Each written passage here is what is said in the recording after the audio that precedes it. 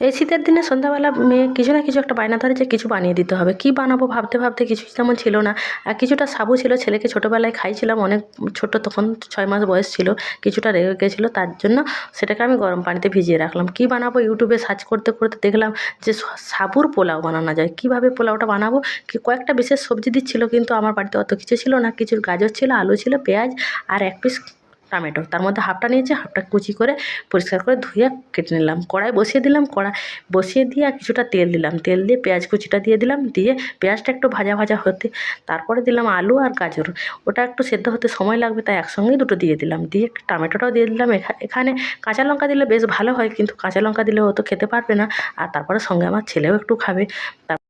এখানে মশলার মধ্যে দিয়েছিলাম লবণ, জিরে, ধনে আর সঙ্গে একটু হলুদ গুঁড়ো। তারপরে আমি একটু মির্চি মশলা রেখেছিলাম, সেটাও দিলাম।